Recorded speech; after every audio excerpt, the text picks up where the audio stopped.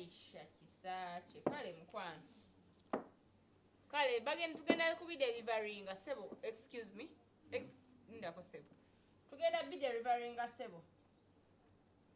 kale sebo tuyanziza ne tuyanzeege tutandise kulaba sebo kale yawe sibiyo kya sebo bulungi ogamba otya obadde oyagalayo ku kisebo ndagala ino sigiri kikazi zino sigiri za gikoko oyinza okugikwata muno ogiwulira sigiri za gikoko waffe batuyita ba Easy Life tukola sigiri zino eza gikokowa tuli station di bitundu by'eggwanga ebyenjawulo naye nga kino kyekitebe kyaffe era nga bwolabe nti wali ambiasi then wosala booti ekkubo kati zino tulinawo zino size tulinawo ne size zino jangu olabe size endala tulinawo ne size zino tulinawo obutono tulinawo zigenda mwazizira ddala ne juba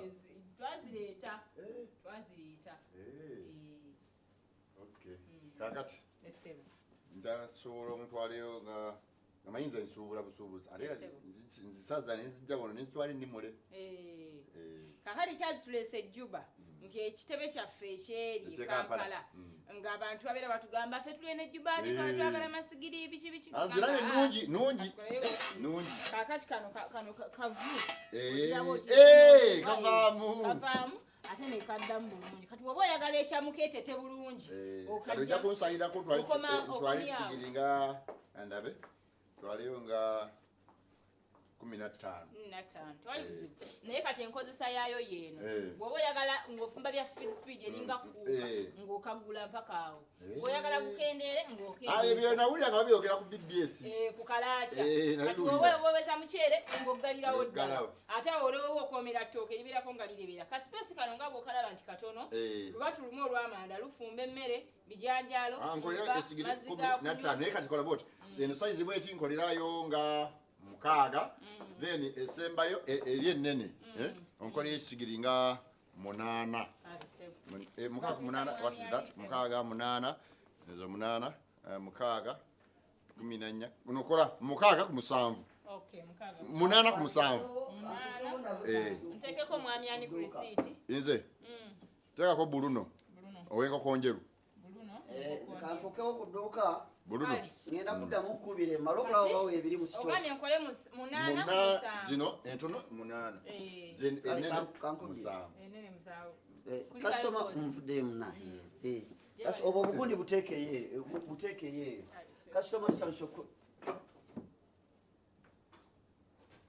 buluno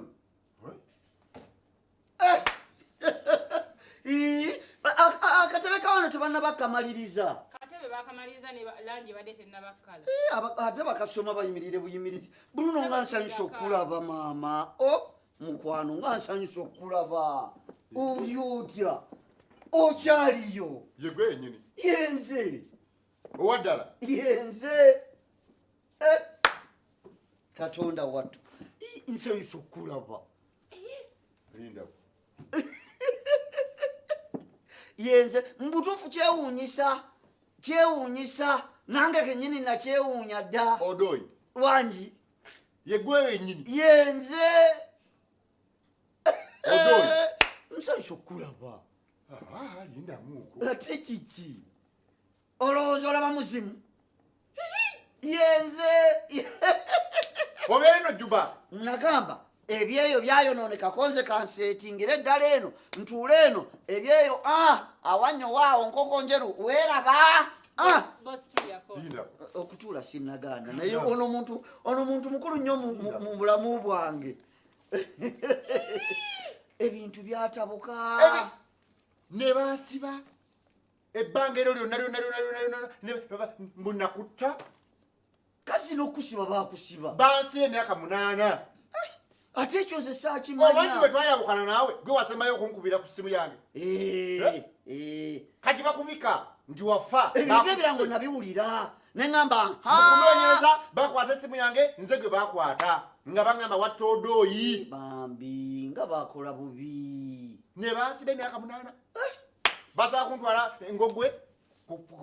ku prison ne banzitera ne batwala ebugazi ne bantwala kati nonze ebirango byonna biwulira nekulyanga babika mazero zire emyaka 8 nga febe bajjaire batwala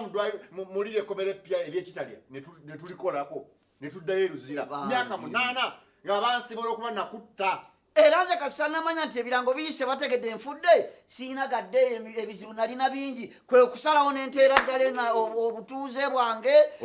bizinensi nenziteeka eno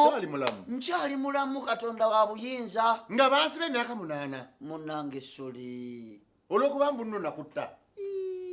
ate kati ekyo nno nze saakimanya nti ate baakusiba era kyova olaba oli eno Juba olya Butaala munnange nagamba ebyeyo ebyenkoko njeru awannyo waawo siddayo amabanja gaali gantuuse wano ebintu babampalana baweze embeera enzitoweredde konze omugezi saagenda namanya bayinza okunoonya ku simu nesimu nengifiisa Odoyi wangi okyali mulamu munnange nkyali mulamu Katonda wa buyinza era abika yabikanga ze sifanga naye munaye ate ekyokusiba saakimanya emyaka 8 nga ndi mukomera mbangamba nakutta naye nga okyaliwo munange nga nkyaliwo balimba mwanange naye omanyi nti kati ate ensi temanyi nti wooli ate ekyo kati nze nange kyekyampa essanyu kasabambika nange nemanya nti ngenze kati awo nembeera hape ate balinzijawa kati bamanyi nga fadda wangi omanyi nti bansibira bwereere ekyo kyekisinza okunnuma omanyi nti bansibira bwereere ekyo kyekisinza okunnuma bambi naye ate era ekibonerezo kyaweddeko wakimazeeko mukama abuyinza yakusobola ate okyali mulamu